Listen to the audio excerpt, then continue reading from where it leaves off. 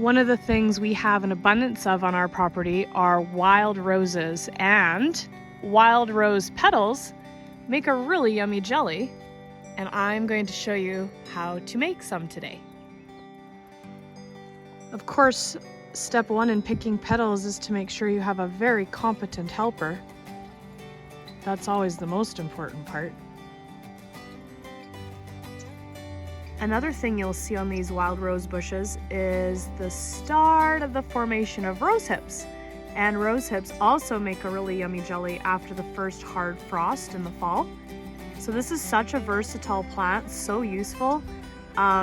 Really a kind of a treasure trove on our property, so many uses. So we're picking our petals and then we'll take them inside. Well, we have about 3 cups of wild rose petals picked, and that's the perfect amount for our jam recipe. So I'm going to take these inside and get started. As I am in the house now and measuring out my rose petals, I find that I have 4 cups. So I'm going to have to adjust my recipe a little bit. So these are the items that you're going to need for 4 cups of rose petals. You're going to need 1 cup of sugar, 1 package of crystal pectin, a 1/4 cup lemon juice, and 3/4 cup of water. I'm doing water bath canning method of our jam today, and you can see the oven's on. I have my jars in there keeping nice and warm. You just need a medium pot or saucepan for this recipe, and we're going to put it on low to medium heat, and we're going to start by adding our rose petals, our sugar, our pectin, and our water right now. So I've just put in my water, my sugar, my pectin, and my rose petals like I indicated to you. I'm giving them a nice stir. I've placed this on low to medium heat, but it's just heating up now.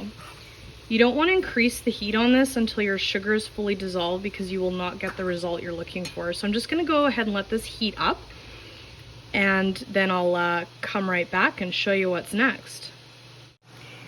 While it's sitting there, I just want to take this opportunity to remind you, if you haven't made a floral jelly before, that as these heat up, they do lose their color.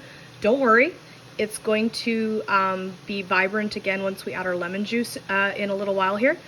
But just be mindful, you're going to lose the color of your rose petals for a little bit. So we can see that our sugar and pectin is basically dissolved, and I've been stirring this pretty much constantly under a low heat. So now we can go ahead and crank up our heat to bring it to a boil. As you can see, our mixture is boiling. That's what we want. And we are using the petals in our jam today. They're going to remain in the jam, so we do want them to soften up. I'm going to let this boil for just a minute, and then we're going to go ahead and add our lemon juice here very shortly. Alright, that's been boiling for a couple minutes, so let's get our lemon juice in there, and we'll give it another stir. And then really don't want to touch it now too many times. Just give it maybe 1 or more stirs. Well, that's vague, eh? 1 or 2 more stirs is what I meant to say, over the next 5 to 10 minutes. But really, you're going to just kind of want to leave this alone and let it start to set up. There we go.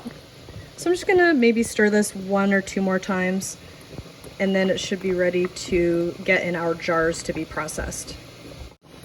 This has now been boiling for about 10 minutes, and I can tell that it really does have a nice jelly jam consistency. So it's time to get it into our jars. So we're gonna get this into our jam jars. It's just a small batch today, which is good. Not too complicated.